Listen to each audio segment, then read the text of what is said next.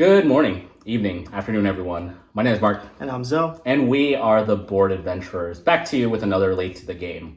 And we're doing a pretty special one today. We're doing Splendor Duel, a game designed by Bruno Catala and Marc Andre and published by Space Cowboys. One thing to note about this month, since we're starting June here, is that we're looking to do our top 10 two-player games at the end of this month. So we're going to do, for the month of June, 3 or 4 videos on two-player games, and then we're going to finish it off with a top 10 two-player games, specifically for each of us.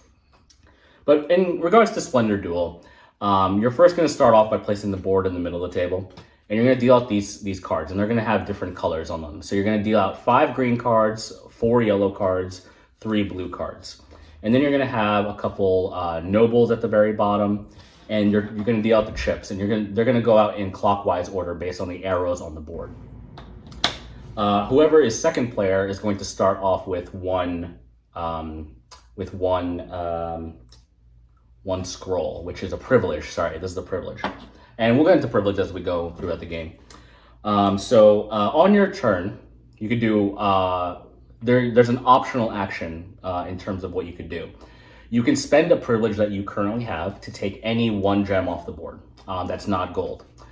The next thing you could do is you could reload the board. So once you start spending chips, they're going to go back into the bag, and you can reload all the chips before you take your turn. But by doing so, you're going to end up giving the privilege to your opponent. So your opponent will take one privilege in exchange for you reloading the board. On your turn, you do one of 3 things. You can take any 3 chips in a linear line. So you can take it diagonally or orthogonally. You can take any 1 gold. When you take a gold, you can reserve any card that's on the display and take the 1 gold. It's worth a wild, so it'll count as any gem or pearl.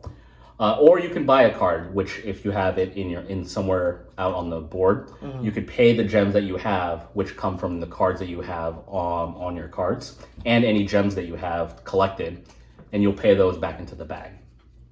You're going to play this until one of 3 things happens. Is until someone gets 20 points cumulatively, someone will get 10 crowns, and basically some of the cards in the game have crowns. If you have 10 of those, you immediately win the game. Or if you have 10 victory points in any one color. So if you have, say, for example, if I have blue here, if I have 10 blue points, then I would immediately win the game. That's basically the idea of Splendor Duel. There are certain effects in this game. We should actually go into that too. There's 5 different effects on some of the cards, and I just drew them here just for reference. So you can take a card, take any 1 gem from your opponent that is not gold, I believe. The next thing is you can take any 1 gem from the board. This is when you purchase the card. So once you've purchased the card, you can then immediately take that effect. Next, you can take this card, which is a wild action, so that it basically counts as a color. You need to have your color, a color associated to it. You can't start a new color with it. Then you have a scroll card, so this lets you take a scroll. And then finally, this rotating arrow, that's basically you get an immediate second turn. And then you just keep playing the game. That's basically Splendor Duel. What do you think?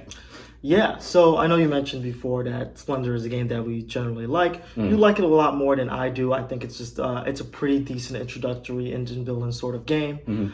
So when Splendor Duel came out, I wasn't that interested in it. Right. One, Splendor is good for me, but not great. And usually when these sort of new versions of popular games come out, I lose interest with each subsequent version. Like something like Terraform Mars, then you have Terraform Mars, Ares Expedition, the dice game. Like each subsequent version of the same popular game, I get less and less and less interested. Right. It's just like adding a new mechanic to the game just to spice it up for people who already love the game. That for me is not that interesting. So I wasn't really anticipating liking Splendor Duel more than Splendor. But we played it, and to be honest with you, I really, really love Splendor Duel. I actually like this a lot more than the actual Splendor. Okay. I think it definitely does a thing where it adds mechanic in it to make it different from the original. Yeah. But I think the things that they added in all works for me, which I was surprised by. Like when we were going over the rules, I was like, okay, so it's adding a bunch of new mechanics in there. How much of these mechanics are actually going to be enjoyable Right. and not just different for different sake? Yeah. It is sort of different for different sake, but I think it's still fun. Mm-hmm. I think the card abilities, which are new, is cool. I Right. think the drafting of the disc Mm-hmm. is cool. I just think everything they kind of added to the game, I enjoy to the point where I was like, oh, I like this more than Splendor. Right. But yeah, what are your thoughts? Yeah, like I enjoy this game too. I guess going back to like the mechanics that they're adding to this game, I liked the original Splendor for the fact that it can be an introductory game. Yeah, I think the mechanics that they add to this make it a little more gamery. yeah, that's true. The symbology, there's a lot more symbology, I think, than Yeah. like what would be an intro game. So I would, to me, I still prefer the original Splendor to this, just Yeah. so that I can introduce more people at the same time to it. This would have a limit in terms of the players, and then kind of True. like the ability to read, the symbols and like what's required to win the game. Yeah, But this is still a really good game. I really like the idea that you've opened up now 2 new ways of finishing the game and winning the game. true. And this is very typical from like a Katala sort of standpoint because with like say Seven Wonders Duel, you can add 2 other ways as opposed to just normal victory points. And I like that. I like the idea that I'm sacrificing points, but I'm getting a crown instead. Yeah, I love the crown Yeah, thing. and like the crown kind of cascades because some of the nobles in this game, they function off crowns. So they'll give you, so there's like cards in this game that are nobles. They also, like when you get 3 crowns, you're going to immediately get one of these and you're going to pull an action or victory points or a combination of the 2, which I think is pretty cool. The drafting to me is a little okay. I prefer just picking the chips up instead of having to figure out what I'm drawing in a line. Because if there's a space in between, tiles, and I want blue and green, I can't just pick them both up. I would have to do 2 of them, and then the next turn get a blue.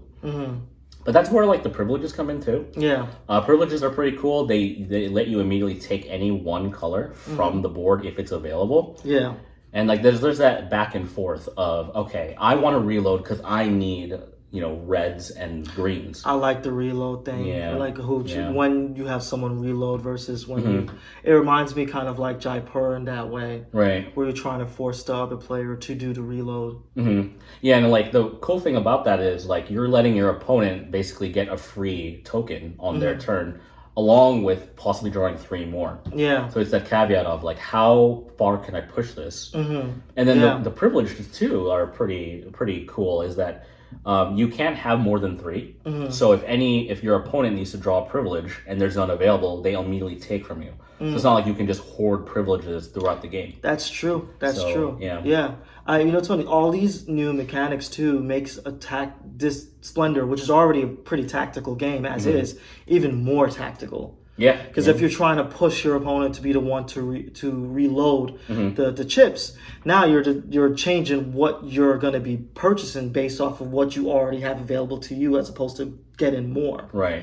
Which I do like Yeah. that. And the rules do kind of limit you in terms of these privileges too, because there's ones where if you take 3 tiles of the same color in a line, where you take 2 of the pearls, then your opponent also gets a privilege for that too. Yeah. So So- it's self-balancing in that way. 'Cause Yeah, so you it's can- kind of like those are like some of like the higher quality kind of moves you can take, but it gives your opponent something back. Yeah. Yeah. Yeah, I think this stuff they added to the Splendor game was very well thought out, balanced. It adds more tacticalness to the game, Right.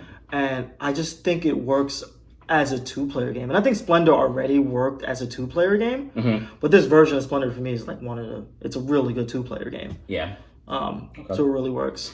But in terms of buy, play, or skip, where does this rank for you? I enjoy Splendor Duel. It is a good kind of interpretation of Splendor to a more medium weight type of game. Yeah.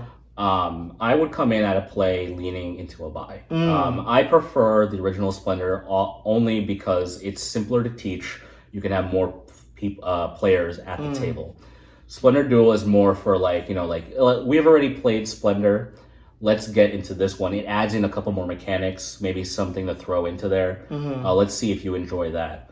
And that's where I would lean to, is that if you have already played Splendor and you've already enjoyed it, this is taking that to that next level. If you don't like that level, you always have original Splendor to go back to. Yeah.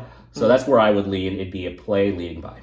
How about you? I'm at a buy for this. And I think the main reason being is like, I'm someone who thinks Splendor is just okay. I think Splendor base game is good, but I feel like the hobby has evolved past it a little bit. I see. And this adds stuff to that game to make it more interesting for me. Okay.